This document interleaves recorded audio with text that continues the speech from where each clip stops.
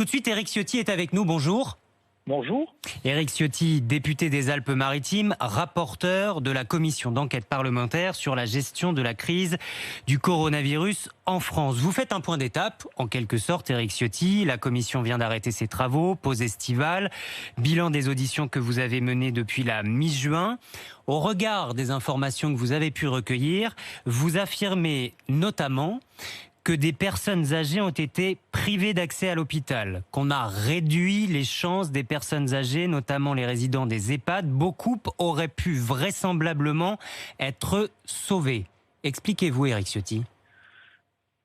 Cette affirmation qui, naturellement, est une des conclusions les plus graves des travaux que nous avons conduits depuis le début juin, avec près de 80 heures à ce jour d'audition, 75 personnes entendues, se base sur des documents que nous avons recueillis, que nous avons obtenus. Le rapporteur que je suis a le pouvoir constitutionnel de demander des pièces. C'est ce que j'ai fait.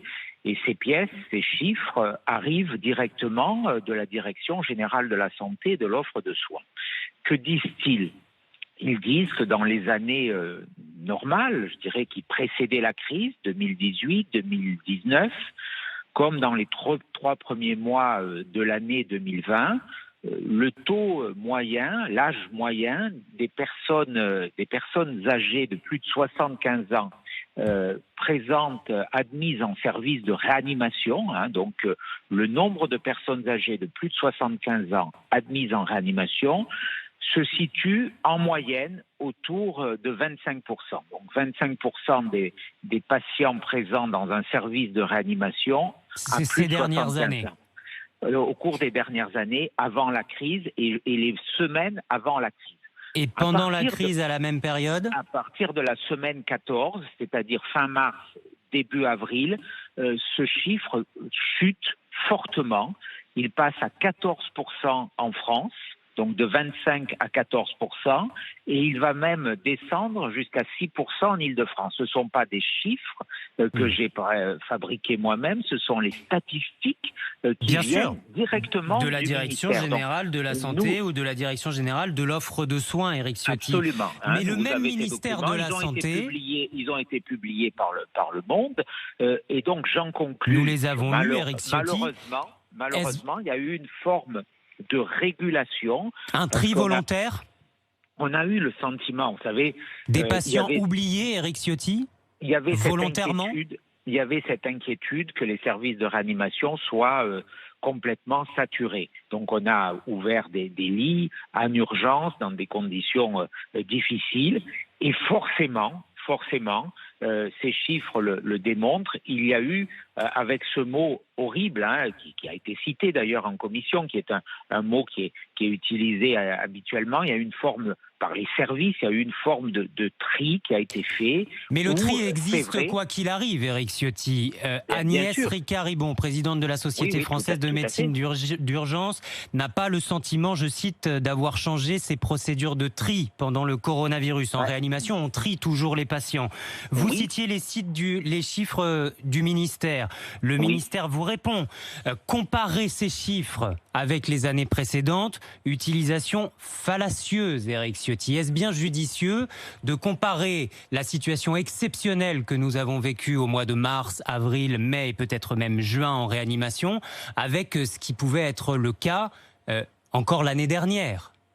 Bien sûr, c'est pertinent et j'avoue avoir lu la réaction du ministère qui me paraît très embarrassée.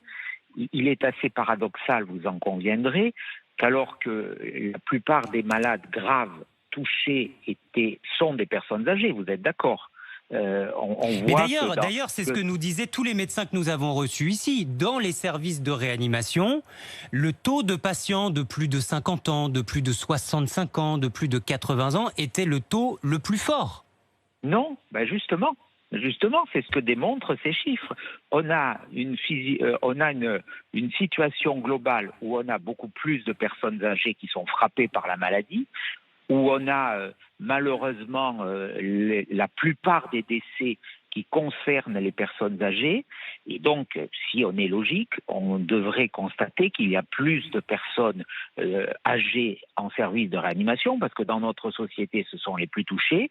Or, il y en a moins que d'habitude. Donc c'est naturellement une constatation qui démontre qu'il y a eu un accès aux soins limité pour des personnes âgées. Après, il y a des explications médicales. On peut se dire on a fait des choix parce qu'on avait une crainte que ces services soient totalement saturés. Donc, et on voit bien, il n'y a pas que les chiffres.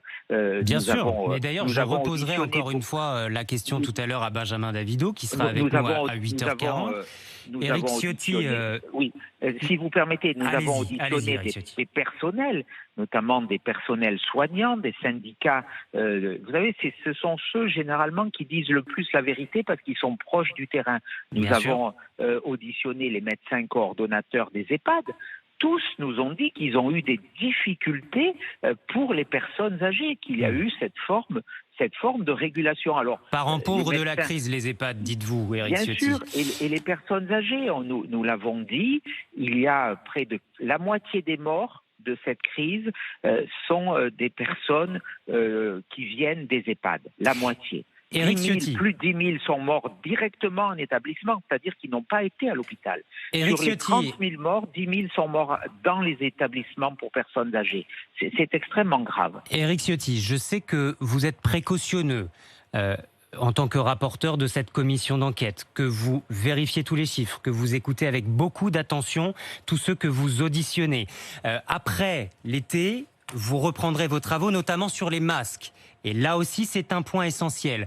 Restez avec nous, Éric Ciotti, on va parler des masques, de la gestion, pénurie ou pas. 7h48, à tout de suite dans 2 minutes.